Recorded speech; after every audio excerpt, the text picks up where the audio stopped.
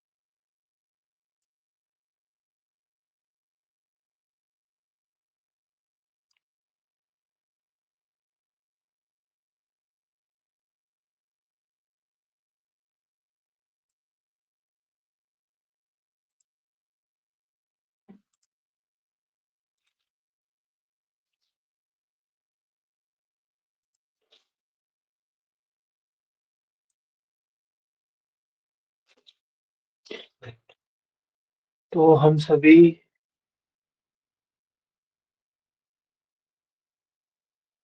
कल देख रहे थे, ज्ञान के तीन स्वरूप भगवान कृष्ण ने बताया।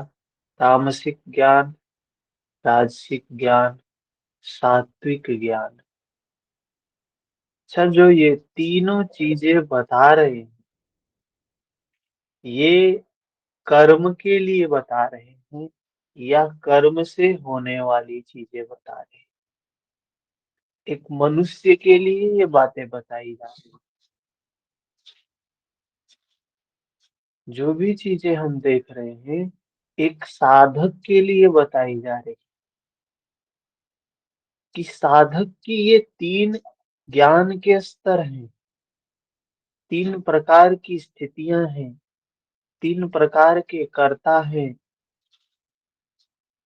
तीन प्रकार से यज्ञ करते हैं, तीन प्रकार से तप करते हैं, तीन प्रकार की श्रद्धा होती है। ये सारा का सारा ज्ञान किनके लिए है? साधक के लिए।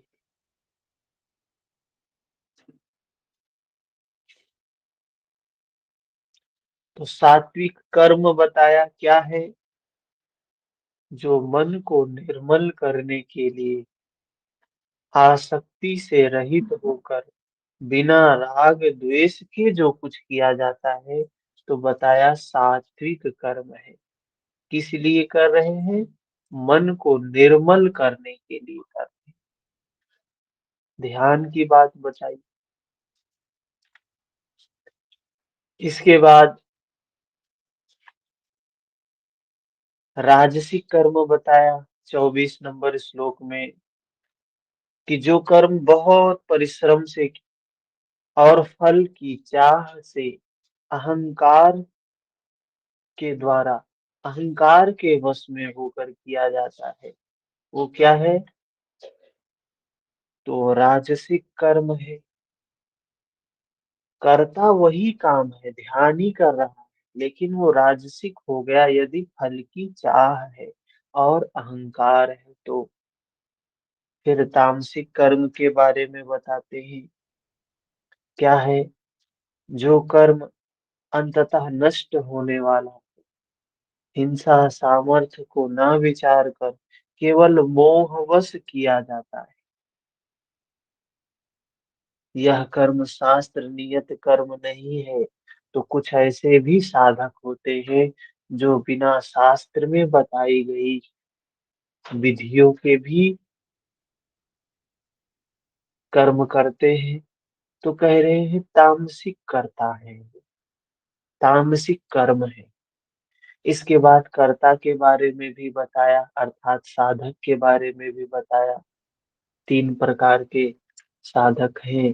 तो ये देखिए 26 नंबर श्लोक में कहते हैं, जो कर्ता संग दोष से रहित होकर, आसक्त संग दोष अर्थात आसक्ति से रहित होकर, अहंकार के वचन ना बोलने वाला, धैर्य और उत्साह से युक्त होकर, कार्य के सिद्ध होने और ना होने में हर्ष और शोक दोनों से रहित, निरंतर निरंतर प्रवृत्त है, वह कर्ता सात्विक कहा जाता है। ये सबसे उत्तम साधक के लक्षण है। इसके बाद राजसिक कर्ता के बारे में बताया। राजसिक कर्ता क्या है? आसक्ति युक्त कर्मों के फल को चाहने वाला है, मन चंचल है, आत्माओं को कष्ट देने वाला है, अपवित्र, हर्ष, शोक से लिप्त है, वह कर्ता राजसिक कर्ता है। तो कह रहे हैं जो आसक्ति युक्त है, जिसे सुख भी होता है और दुख भी होता है, हर्ष भी और शोक भी, जो दोनों से लिपायमान होता है, कह रहे हैं राजसिक कर्ता है। फिर आगे बताते हैं तामसिक कर्ता। 28 नंबर में तामसिक कर्ता क्या है? जो चंचल चित्त वाला है, असभ्य है, घमंडी है, धूर्त है, दूसरों के कार्यों में बाधा पहुंचाने वाला है, शोध शोक करने के स्वभाव वाला है, आलसी है, दीर्घ सूत्री है। तो राजसिक कर्ता के स्वभाव बता रहे, तामसिक कर्ता के स्वभाव बता रहे हैं कि वो मन उसका बहुत चंचल होता है, असभ्य है, पशु की भांति है, सभ्य नहीं है, असभ्य है, घमंडी है, धूर्त है और दूसरे की साधना में विघ्न पैदा करने वाला है। तो कह रहे हैं तामसिक कर्ता है। यहाँ तक सभी को बातें समझ में आ गई है। हम्म। थोड़ा सा पीडीएफ।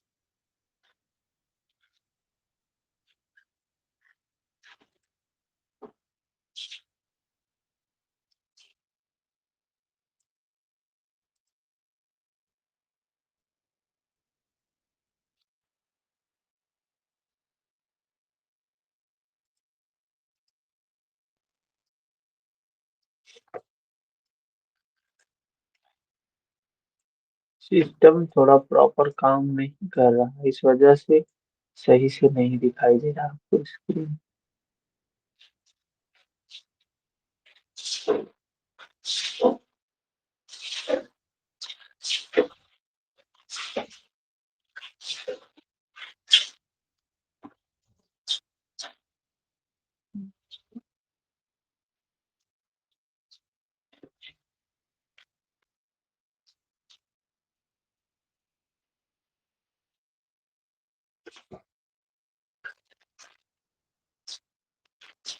ठीक है, तो आगे चलते हैं 29 नंबर श्लोक पर। यहाँ हमने देखा भगवान कृष्ण कहते हैं धनंजय, बुद्धि और धारणा शक्ति का भी गुणों के कारण 3 प्रकार का भेद संपूर्णता से विभाग पूर्वक मुझसे सुन।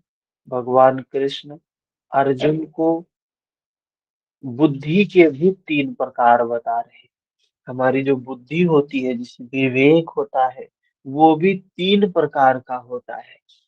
भगवान कह रहे हैं उसको भी क्या है, सुन, मुझसे उसके बारे में भी सुन। क्या है वो बुद्धि?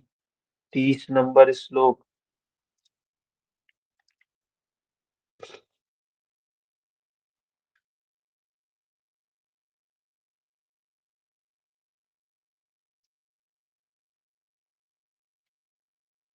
क्या कह रही हैं? पार्थ प्रवृत्ति और निवृत्ति को, कर्तव्य और अकर्तव्य को, भय और अभय को, बंधन और मोक्ष को जो बुद्धि यथार्थ जानती है, जो सच्चाई को जान रहा है, सत्य को जान रहा, उसकी बुद्धि सात्विक बुद्धि है।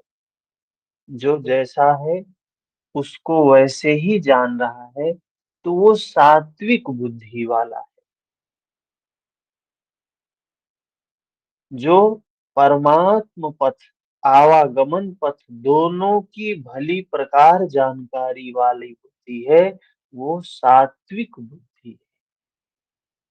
भ्रम नहीं है, अज्ञान नहीं है, सही सही जान रहा, सारी चीजें उसको सत्य की अनुभूति है। उसके बाद 31 नंबर श्लोक में बताते हैं,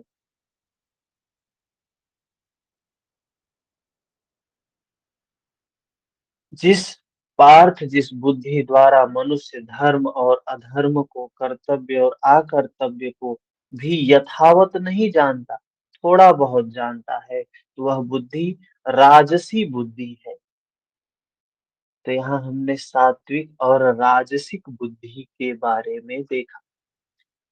तो हम सब देखें तो हम सबकी बुद्धि सात्विक तो बिल्कुल नहीं है।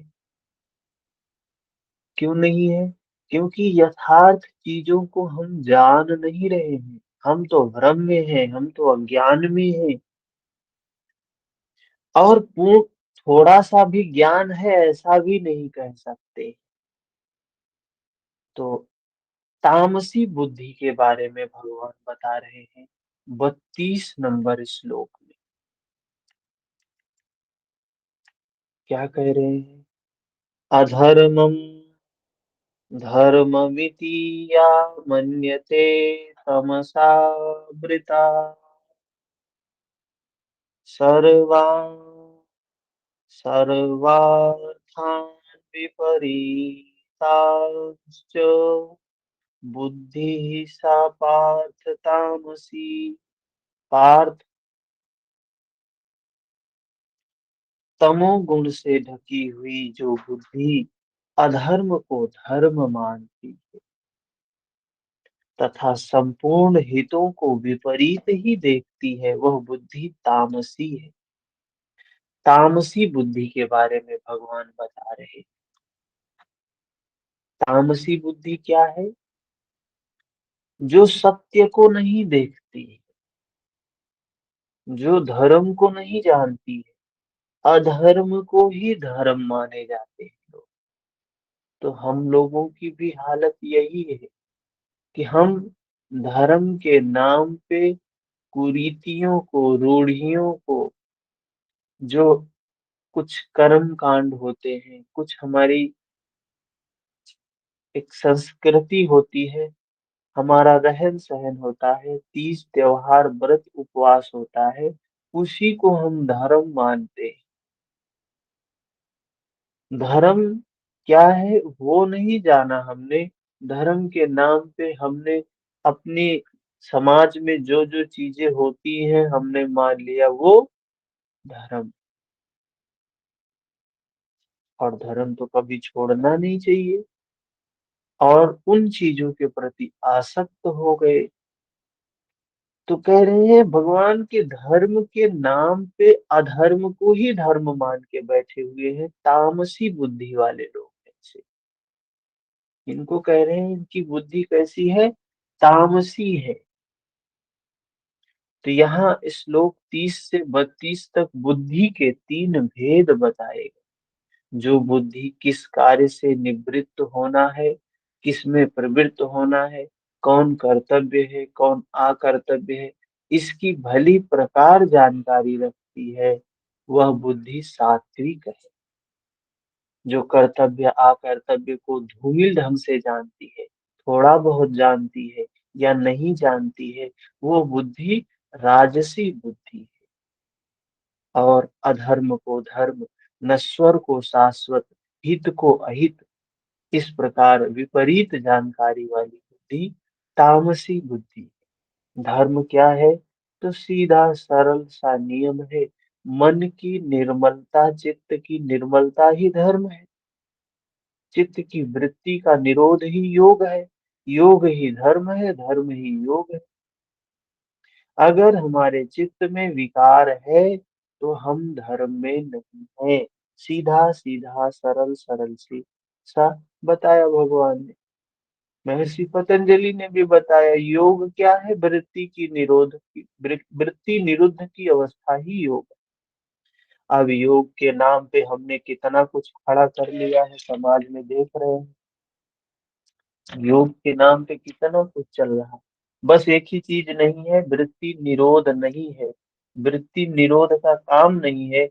इसके अलावा सब कुछ है योग के नाम पे। तो कहे तामसी बुद्धि वाले लोग हैं। ऐसे बुद्धि किसकी है? तामस बुद्धि है। जो सात्व बुद्धि किसकी है? जो जैसा है वैसे जान रहा है। राजस बुद्धि कैसी है? थोड़ा बहुत जान रहा है।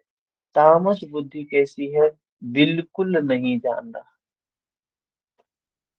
जो योग नहीं है उसी को योग, जो योग धर्म नहीं है उसी को धर्म मान के बैठा है। तो अधिकतर हम सभी देखें तो तामस बुद्धि के अंतर्गत ही आते हैं। तो तीनों को यहाँ पे भगवान ने बताया। इस प्रकार बुद्धि के भेद समाप्त हुए। अब प्रस्तुत है धृति धारणा के तीन भेद। धारणा के तीन भेद क्या है? महर्षि पतंजलि ने भी धारणा बताया है। देश बंध चित्तस्य धारणा। देश बंध चित्तस्य धारणा। इस चित्त को कहाँ पे? इस देश में ही बांध के रखना। ये देश, काया रूपी देश, जो ये शरीर है, चित्त इससे बाहर ना जाए। हमारा मन इस शरीर में ही रहे। कहा धारणा। अब यह धारणा भी तीन प्रकार की बता रहे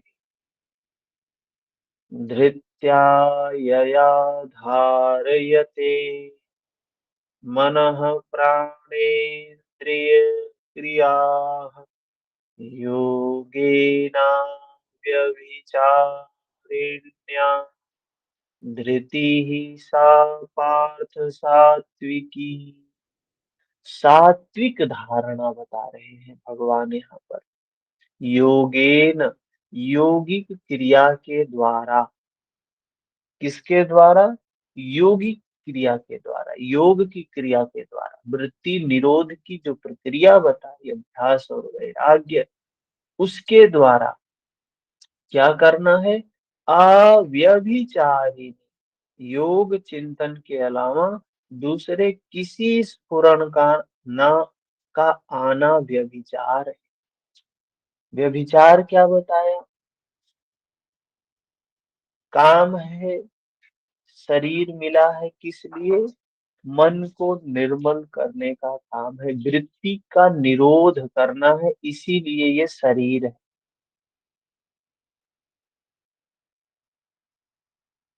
तो कह रहे हैं जो इस काम में लगा है, वृत्ति का निरोध करने में, अपने विकारों को समाप्त करने के काम में लगा है, वो क्या है? अभिव्यभिचारिणी।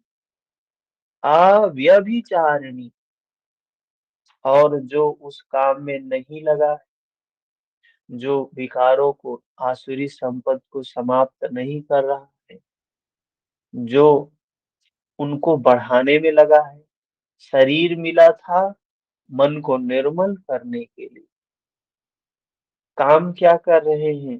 कामना, क्रोध, ईर्ष्या, द्वेष, दुर्भावना बढ़ा रहे और बढ़ा रहे और बढ़ा रहे। क्यों? क्या है ये? व्यभिचार। यही व्यभिचार मन में हमारे हो रहा है। इसी को कहा व्यभिचार। चित्त का बहक जाना ही व्यभिचार है। इसके विपरीत अव्यभिचारिणी धारणा से मनुष्य मन, प्राण और इंद्रियों की क्रिया को जो धारण करता है, वह धारणा सात्विक है। धारणा कैसी है? जो मन, प्राण और इंद्रियों की क्रिया को धारण कर, मतलब मन से, प्राण से, इंद्रियों से उस धर्म को जो धारण करता है, वो धारणा सात्विक धारणा। मतलब मन भी निर्मल, और मन और प्राण एक दूसरे से जुड़े हुए हैं। कहा गया है, चले वातम चले चित्तम निश्चले निश्चलम भवे। ये मन और प्राण एक दूसरे से जुड़े हुए, इंद्रियां भी मन से प्राण से जुड़ी हुई है। तो कह रहे हैं सब क्या हो जाए? शांत हो जाए। सब क्या हो जाए? इस शरीर में, ये जो देश है, इसी में रमण करे, बाहर ना जाए। तो ये धारणा क्या है? सात्विक धारणा। मन, प्राण, इंद्रियों को इष्ट की दिशा में मोड़ना ही सात्विक, जिसको प्रत्याहार बताया गया। अर्थात जो हमारी इंद्रियां हैं, आँख, कान, नाक, जीभ, त्वचा, ये बाहर अपने विषयों के पीछे ना भागे, अंतर्मुखी हो जाए। तो ऐसी स्थिति में, और स्वभाव से स्वतः हो जाए, जबरदस्ती नहीं। आंख पे पट्टी बांध लिए, कान में रुई डाल लिया, तो ये कोई धारणा, सही धारणा नहीं है। स्वतः होना चाहिए, जबरदस्ती नहीं। 34 नंबर श्लोक। यया तो धर्म कामार्थ अनधृत्या धारयते अर्जुन प्रसंगेन फलाकांक्षी धृतिः स पार्थ राजसी। अब राजसी बुद्धि के बारे में भगवान यहाँ बताते हैं। यहाँ हम देखें कि हमारी बुद्धि किस श्रेणी में है। सात्विक है?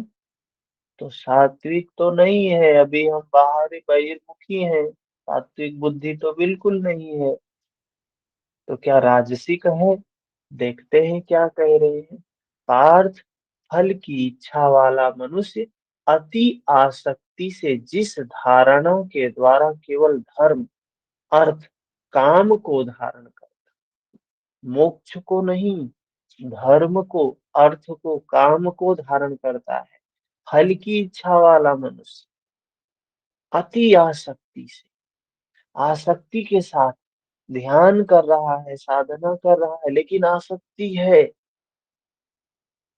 आसक्ति ही नहीं, अति आसक्ति, बहुत आसक्ति, गहरी आसक्ति। और धारण करता है क्या? धर्म धारण। धर्म धारण करना छोटी बात है, बहुत बड़ी बात है धर्म को धारण करना। और अर्थ और काम को तो छोड़ ही दीजिए, अभी हम धर्म में ही नहीं प्रतिष्ठित हैं, तो हमारी बुद्धि भी राजसी बुद्धि नहीं है। वह धारणा राजसी धारणा, हमारी जो धारणा है वो राजसी भी नहीं है। क्यों? क्योंकि धर्म, अर्थ, काम तीनों को धारण करने वाली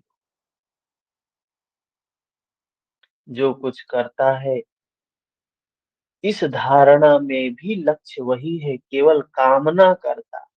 क्या कामना करता है? कहानी सुनाया था ना, आनंद की। भगवान बुद्ध के जो सेक्रेटरी थे, कह सकते हैं उनको, जो उनके साथ हमेशा रहते थे, और उनके न जाने कितने शिष्य अरहंत हो चुके थे, लेकिन वो अरहंत नहीं हुए। तो वो भी साधना में बैठते हैं, मुझे अरहंत होना है, कामना करते रहते, मुझे अरहंत होना, मुझे अरहंत होना, और उसके लिए काम करते हैं, आसक्त होके काम करते हैं। तो राजसिक बुद्धि है। कामना जब तक रहता है, तो जो कुछ करता है बदले में चाहता है, ये राजसिक बुद्धि, साधना ही कर रहा है ना, लेकिन बुद्धि राजसिक है। तो हमारी ये बुद्धि कभी राजसिक हो जाती है, कभी सात्विक हो जाती है, कभी तामसिक हो जाती है। ये धारणा कभी राजसिक हो जाती है, कभी सात्विक हो जाती है, कभी तामसिक हो जाती है। समय समय पे चीजें बदलती रहती है। अब बताते हैं तामसिक धारणा के बारे में। तामसिक धारणा क्या होती है?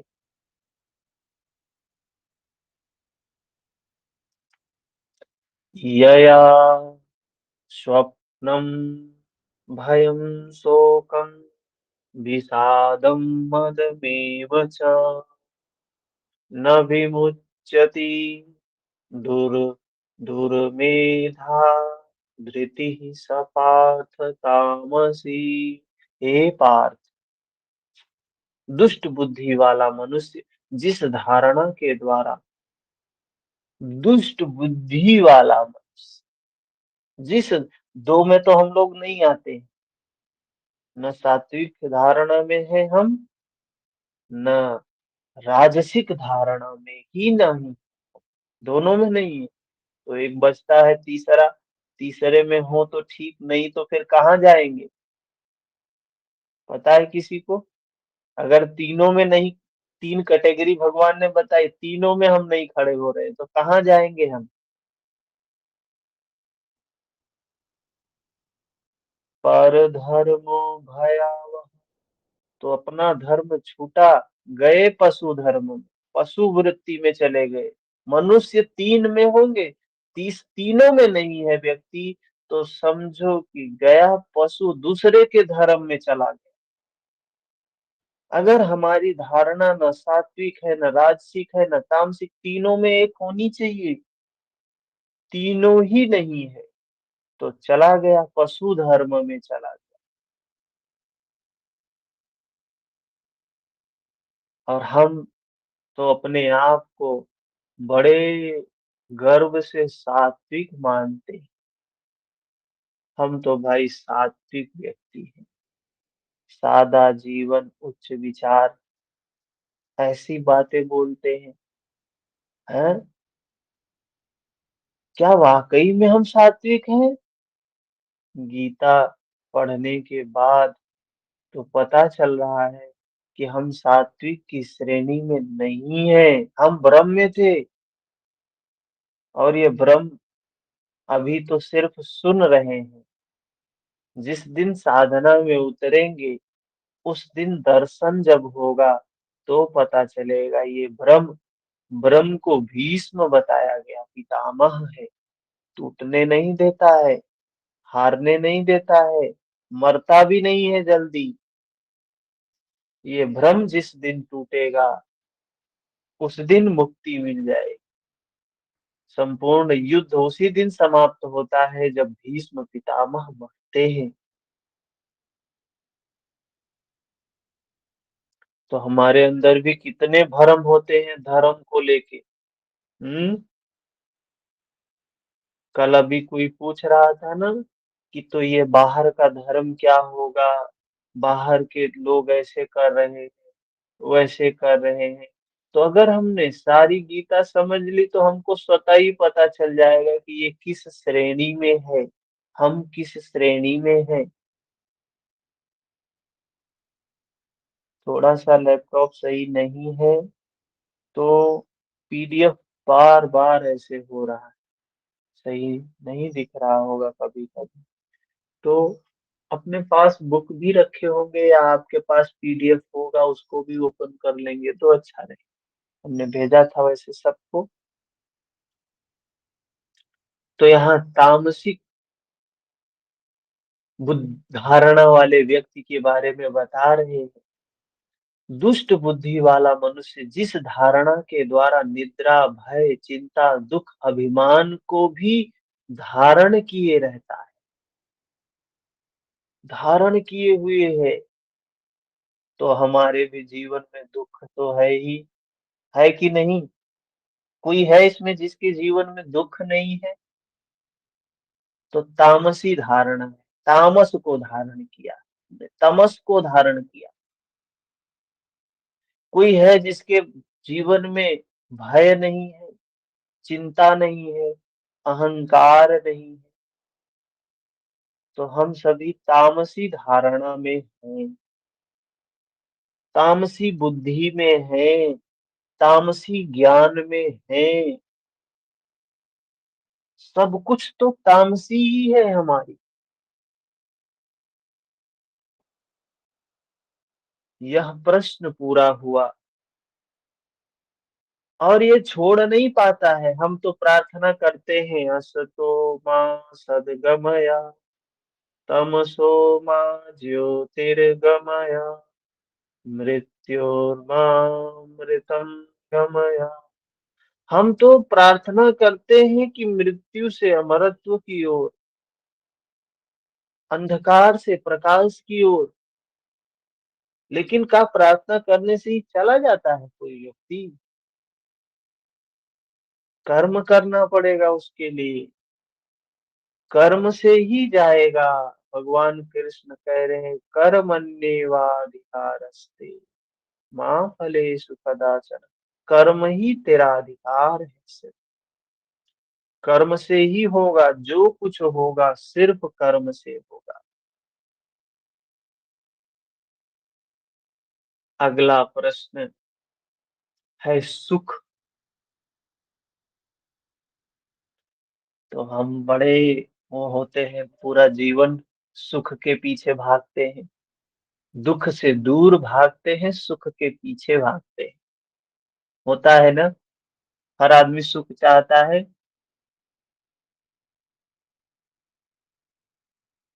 जब महाभारत समाप्त हो गया तो अर्जुन की जो माँ थी, कुंती, भगवान कृष्ण की बुआ लगती थी। भगवान कृष्ण उनको बुआ बोलते थे।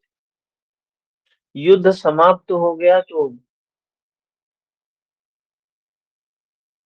भगवान ने विदा लेने के लिए गए और बुआ से कहते हैं, अब मैं जा रहा हूं।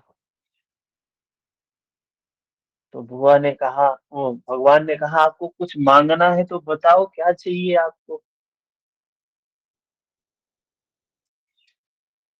भगवान ने कहा, आपको क्या चाहिए, मांगिए। तो जानते हैं कुंती ने क्या मांगा? दुख मांगा। उन्होंने दुख मांगा। भगवान कहते हैं दुख ऐसे ही। भगवान सूरदास से कहते हैं, सूरदास, सूरदास को नेत्र दे देते हैं, दृष्टि दे देते हैं। सूरदास देखता है भगवान को, राधा रानी को देखता है।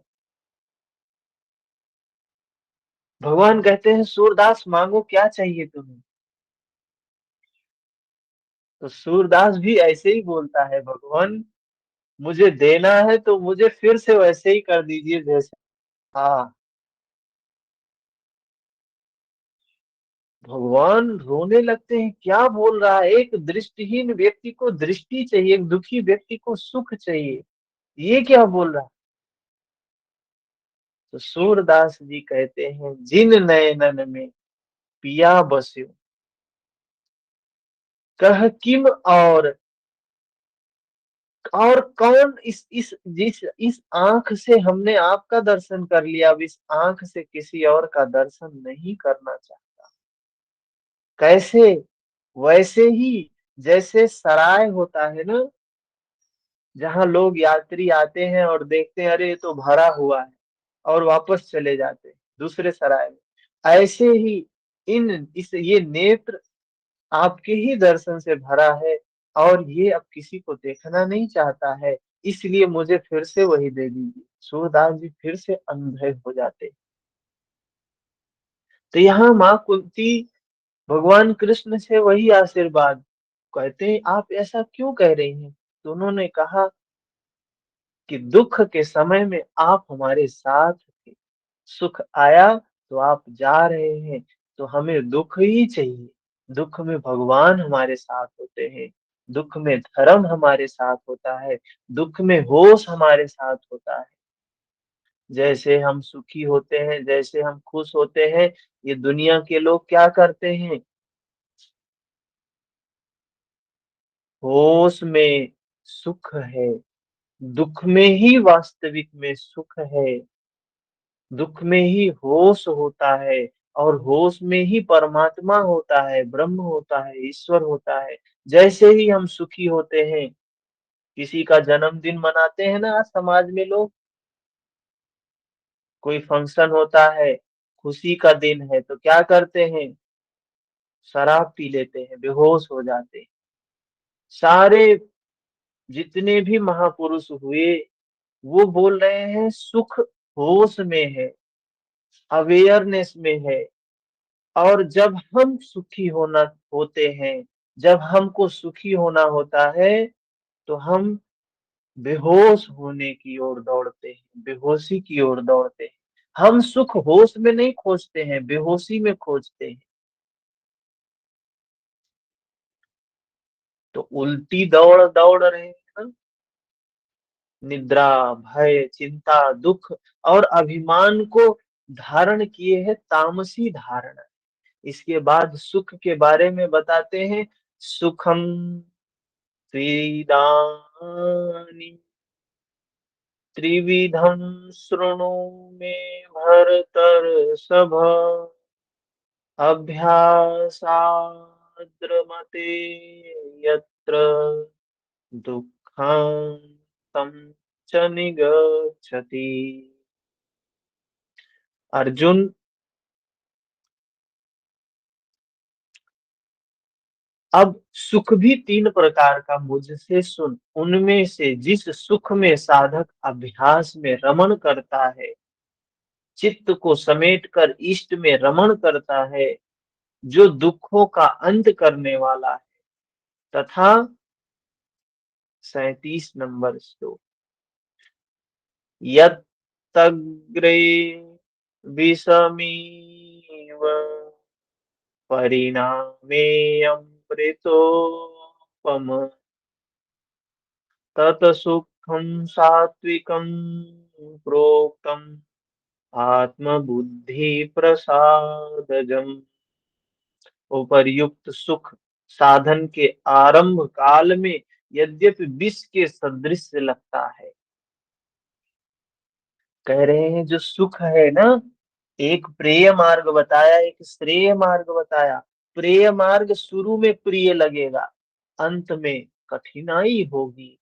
श्रेय मार्ग शुरू में कठिनाई होगी, अंत में अच्छा होगा। तो कह रहे हैं सुख साधन के आरंभ काल में, शुरुआती समय में विष के सदृश लगता है।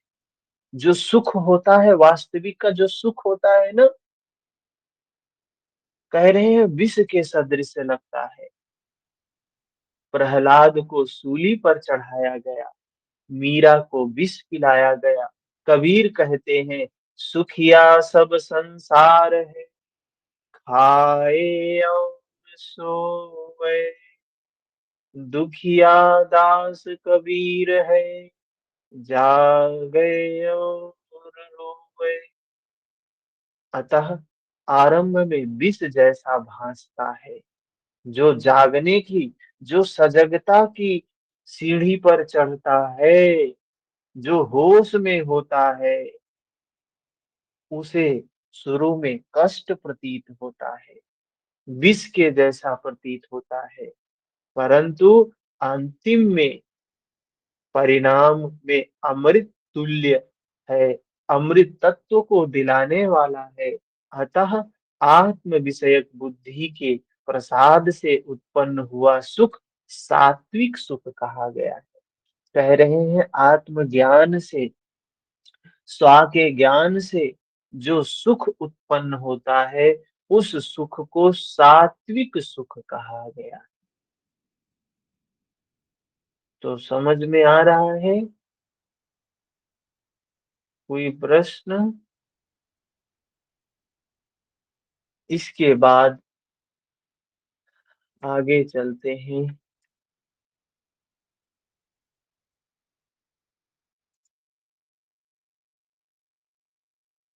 क्या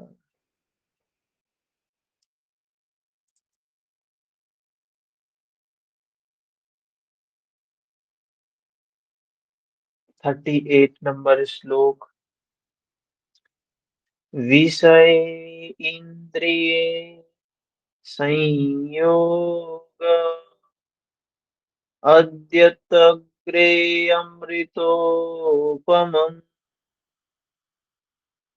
परिणामे विषमिव तत् सुखम् राजसं स्मृतम्।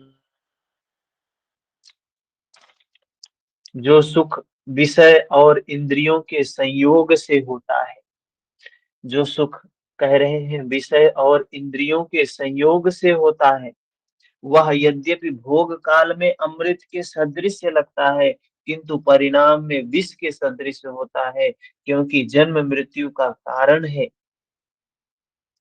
वह सुख राजस कहा गया है। तो हम लोग जिस सुख के पीछे भागते हैं, हम लोग भी सुख चाहते हैं ना। कौन सा सुख मिलता है हमें? जो सुख विषय और इंद्रियों के संयोग से होता है, उसी सुख के पीछे भागते हैं।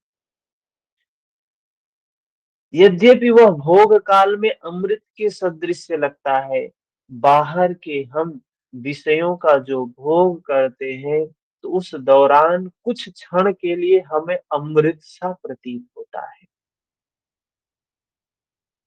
किंतु परिणाम में विष के सदृश है। लेकिन उसका परिणाम जो आता है, क्या आता है? विष के रूप में आता है।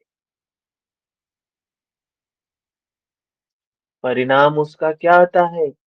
जैसे उदाहरण ले, मिष्ठान खाने में कितना मधुर, कितना आनंद, कितना सुख आता है।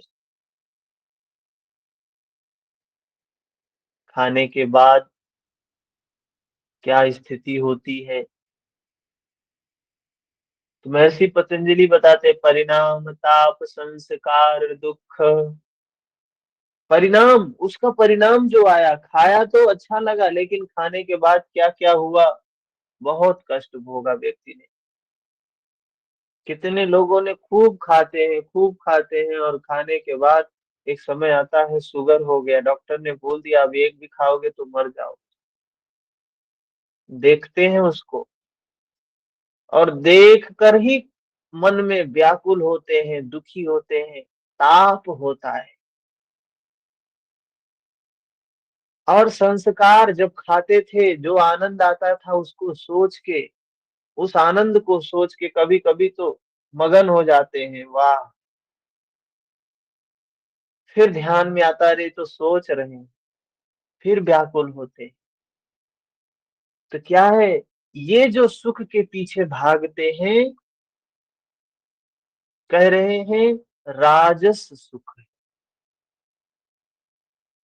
विषय और इंद्रियों के संयोग से होता है। तो साधना में भी ऐसा सुख आता है। इंद्रियों जन्य, विषय जन्य सुख साधना में भी होता है। तो कह रहे हैं इंद्रियों के द्वारा, बुद्धि के द्वारा, विषयों के द्वारा जो अनुभूति हो, वो अनुभूति राजस सुख के अंतर्गत आती है। इसके बाद तामस के बारे में बताते हैं। क्या कह रहे हैं? यदग्रे चानुबंधे च सुखं मोहनात्मनः निद्रालस्य प्रमादोत्थं तत्तां समुदहृतम्। जो सुख भोग काल और परिणाम में भी आत्मा को मोह में डालने वाला है, या निशा सर्वभूतान, निद्रा, जगत की निशा में अचेत रखने वाला। कह रहे हैं जो सुख हमें भोग काल में और परिणाम में दोनों में ही प्रकृति में ही उलझाने वाला है। आलस्य और व्यर्थ की चेष्टाओं से उत्पन्न वह सुख तामस सुख कहा गया। अब योगेश्वर श्री कृष्ण गुणों की पहुंच बताते हैं जो सबके पीछे लगे हैं। तो यहाँ 3 प्रकार के सुख समझे आप। और हम सुख में भी जो जिस सुख के पीछे भाग रहे हैं वो तामसिक सुख है, जिसको भोग काल में सुख प्राप्त करते हैं, हमें लगता है कि हाँ सुख है। आखिर हमारे जीवन की जो कामनाएं हैं भौतिकता की ही कामनाएं, ये वस्तु मिल जाए, ये वस्तु मिल जाए, ये व्यक्ति मिल जाए, ये स्थिति मिल जाए, ये अवस्था आ जाए, ये जो कामनाएं हैं उस समय भोग काल में सुख मिलता है और परिणाम में भी आत्मा को मोह में डालता है। मतलब उसका परिणाम क्या होता है? आसक्ति बढ़ती है, मोह बढ़ता है, अज्ञानता बढ़ती है। तो कह रहे हैं ये सुख तामस सुख है। जीवन भर हम इसी इसी प्रकृति में ही भटकते रहते हैं।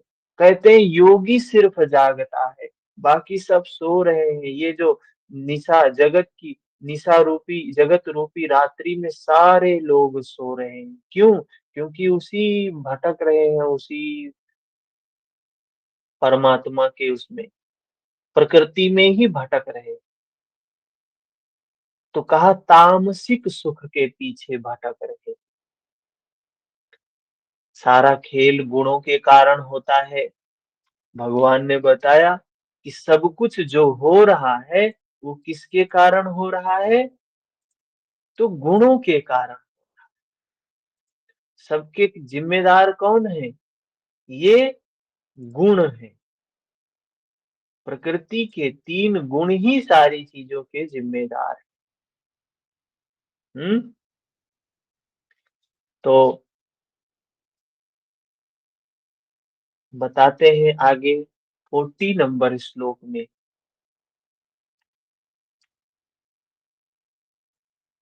न तदस्ति पृथिव्याम् वा दिवि देवेषु वा पुनः सत्त्वं प्रकृतिजैर्मुक्तम् यदेभिः स्यान्निभिर्गुणैः। अर्जुन, पृथ्वी में, आकाश में, देवताओं में ऐसा कोई भी प्राणी नहीं जो प्रकृति से उत्पन्न हुए तीनों गुणों से रहित हो। कह रहे हैं ये जो तीनों गुण हैं, जो सात्विक ज्ञान, सात्विक कर्म, सात्विक कर्ता, सात्विक तप, सात्विक यज्ञ, सात्विक श्रद्धा, ये तीन तीन जो सारी चीजें बताई, कह रहे हैं इन सात्विक से तो हम उस ओर बढ़ते हैं। और प्रकृति में ऐसी कोई चीज नहीं है, यहाँ तक पृथ्वी में, पृथ्वी पर, इस मृत्यु लोक पर, आकाश में, अंतरिक्ष में, या कहें तो स्वर्ग में जहाँ देवता रहते हैं, वहां भी कोई ऐसी चीज नहीं है जो तीनों गुणों से रहित हो। देवताओं में भी गुण होता है, वो भी गुणों के अधीन है, उनका भी जन्म होता है। और जानते हैं, मनुष्य शरीर मिला, आपने अच्छा काम किया और आपको देवलोक में जन्म मिलेगा। वहां आप भोगेंगे, आपने जो पूंजी बटोरी है मनुष्य शरीर में, इसको भोगेंगे वहां, वहां से भोग के फिर वापस ही आ जाना है आप मनुष्य शरीर में। तो ये कर्म कर्म योनि है मनुष्य शरीर। बाकी जितनी योनियां हैं भोग योनि है, वहां कर्म नहीं होता है। ब्रह्मा से लेकर कीट पतंग यावन मात्र जगत क्षण भंगुर है, मरने जीने वाला है। मतलब ब्रह्मा की भी मृत्यु होती है। तीनों गुणों के अंतर्गत हैं। देवता भी तीनों गुणों का विकार है। देवता, जो लोग सोचते हैं अरे हमको स्वर्ग मिल गया, कोई व्यक्ति का देहांत होता है तो क्या बोलते हैं? स्वर्गवास हो गया। क्या स्वर्गवास हो गया, मुक्ति मिल गई? मुक्ति नहीं मिलती है स्वर्गवास से। स्वर्गवास से भी फिर जन्म होता है। तो ये जो देवता है, ये भी गुणों के विकार हैं, नश्वर हैं, ये भी नष्ट होने वाले हैं। यहाँ बाह्य देवताओं को योगेश्वर ने चौथी बार लिया है। अध्याय 7, 9, 17, यहाँ 18वें अध्याय में इन सब का एक ही अर्थ है कि देवता तीनों गुणों के अंतर्गत ही आते हैं और हमें देवताओं से भी ऊपर, तीनों गुणों से भी ऊपर त्रिगुणातीत अवस्था प्राप्त करनी है। जो उन्हें भजता है, जो देवताओं की पूजा करता है, वो नश्वर की पूजा करता है। भागवत के द्वितीय स्कंध में महर्षि सुक और परीक्षित का प्रसिद्ध आख्यान है, जिसमें उपदेश देते हुए वे कहते हैं कि स्त्री पुरुष के प्रेम के लिए शंकर पार्वती की, आरोग्य के लिए अश्वनी कुमारों की, विजय के लिए इंद्र की तथा धन के लिए कुबेर की पूजा करें। तो क्यों क्यों भौतिकता का कुछ प्राप्त करना है तो इनकी पूजा करो। इसी तरह विविध कामनाएं बताकर अंत में निर्णय देते हैं कि संपूर्ण कामनाओं की पूर्ति और मोक्ष के लिए तो एकमात्र नारायण की पूजा करनी चाहिए। तुलसी मूलहि सींचिए। तुलसीदास जी बड़ा सुंदर कह रहे हैं, तुलसी मूलहि सींचिए, फूलई फलई अघाई। क्या कहने का मतलब है? जैसे किसी वृक्ष, किसी डेरुए का, पेड़ पौधे का हम देखभाल करते हैं, उसमें फूल आता है ना, उसमें फल आता है, तो क्या हम फूल की सेवा करते हैं, फल की सेवा करते हैं, या पत्तों की सेवा करते हैं, या डालियों की सेवा करते हैं? नहीं, हम सेवा किसकी करते हैं? मूल की सेवा करते हैं, जड़ की सेवा करते हैं। पानी जड़ में डालते हैं, खाद जड़ में डालते हैं, मिट्टी में डालते हैं, और आता कहाँ से है? फल उसका आता है पत्तों में, पेड़ में। इसी प्रकार से सर्वव्यापक प्रभु का स्मरण करें, जिसकी मूर्ति पूर्ति के लिए सद्गुरु की शरण जाएं। निष्कपट भाव से प्रश्न और सेवा एकमात्र उपाय है। ऐसे महापुरुषों के संग में जाएं, ऐसे महापुरुष के सानिध्य में रहें, जिनसे क्या होगा? उनकी सेवा करें, अपने प्रश्नों के समाधान करें, साधना में लगे रहें, तो धीरे धीरे सब कुछ प्राप्त हो जाए। लेकिन कोई व्यक्ति क्या करता है? बावला व्यक्ति है, वो फूल के जड़ को छोड़ के फूल को ही सींचने लगा, फूल को ही सींचने लगा। तो क्या होगा? एक बच्चा था, उसकी माँ एक छोटी सी बगीचा बनाई थी फूलों का। तो कहीं जा रही थी तो उन्होंने कहा, बच्चे, अपने बेटे को कहा, इसको, इसकी देखभाल करना, इन सारे फूलों की देखभाल करना, इनको समय समय से पानी डाल देना, खाद डाल देना, दवा डाल देना, समय समय से देखभाल करना। 1 महीने बाद जब माँ वापस आती है तो देखती है पूरा बगीचे के जो फूल थे, सारे फूल मुरझा गए।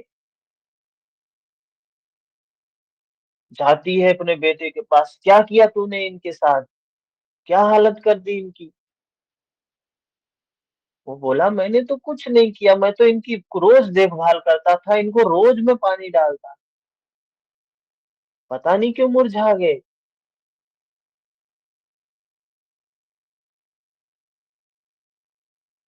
तो बोली क्या क्या डालते थे, कैसे डालते थे? तो बच्चा कभी देखा तो था नहीं। दिखाया, देखो हम ऐसे फूलों पे डालते थे पानी, जड़ पे तो कभी नहीं डाला। सारे फूल मुरझा गए, सूख गए। तो सेवा काम जड़ पे करना है। ये कर्म क्या है? जड़ है हमारा। तो आसुरी और दैवी संपद अंतःकरण की दो वृत्तियां हैं। दैवी, जिसमें दैवी संपद परम देव परमात्मा का दिग्दर्शन कराती है, इसलिए दैवी कही जाती है। किंतु यह भी तीन गुणों के अंतर्गत आती है। दैवी संपद भी तीन गुणों के अंतर्गत आती है, सात्विक, राजसिक, तामसिक। गुण शांत होने के पश्चात इनकी भी शांति हो जाती है। तत्पश्चात उस आत्म तृप्त योगी के लिए कोई भी कर्तव्य शेष नहीं रह जाता है। अब प्रस्तुत है पीछे से आरंभ हुआ प्रश्न, वर्ण व्यवस्था। वर्ण जन्म प्रधान है अथवा कर्म से पाई जाने वाली अंतःकरण की योग्यता का नाम है। तो चार वर्ण है: क्षत्रिय, ब्राह्मण, वैश्य, शूद्र। क्या है वास्तविक में इनका क्या स्वरूप है? समाज में हमें किस रूप में दिखाई देती हैं? समाज में क्या क्या चल रहा है इनके नाम पे? अभी आपने कल परसों में देखा एक घटना। एक मंत्री जी रहे पूर्व में, उन्होंने बोला कि रामचरितमानस में ये लिखा गया है, ढोल गंवार शूद्र पशु नारी सकल ताड़ना के अधिकारी। ये ग्रंथ बहुत ही खराब ग्रंथ। ये ग्रंथ स्त्रियों का अपमान करता है, शूद्रों का अपमान करता है। इसको जलाना चाहिए। तो कुछ लोगों ने उस ग्रंथ की प्रतियां जलाना शुरू कर दी। क्या है, क्या कहा जाए? ऐसे मनुष्यों को होश नहीं। पढ़े लिखे लोग ऐसे ऐसे काम करते हैं। पढ़े लिखे हैं, विद्वान हैं, शिक्षित हैं, ज्ञानी हैं। इस तरीके का काम, तो समाज किस दिशा में जा रहा है? मनुष्यता पूरी गायब हो चुकी है। तीनों गुण नहीं है, न सात्विक है, न राजसिक है, न तामसिक है। सीधा पशु दूसरे पर धर्म में है, स्वधर्म में नहीं है। समझे तो समझ में आएगा क्या कहा गया, कितनी ऊंची बात कही गई है। संतों ने, महात्माओं ने, जो भी ईश्वर हुए उन लोगों ने क्या बात कही है। समझे नहीं उस शब्द को, भाव को। यहाँ जो ये चार शब्द, इन चारों को विशेष विशेष का दर्जा दिया गया है, महत्वपूर्ण स्थान दिया गया है। सृजन का आधार है चार। नहीं समझे तो पूरा जीवन अंधकार ही अंधकार में है, अंधकार ही अंधकार में है। क्या किया जा सकता है? कोई प्रश्न है तो बताएं।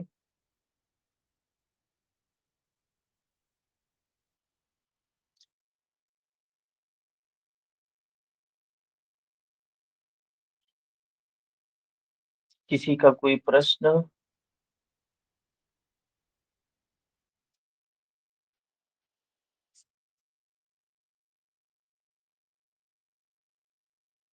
समझ में आ गया?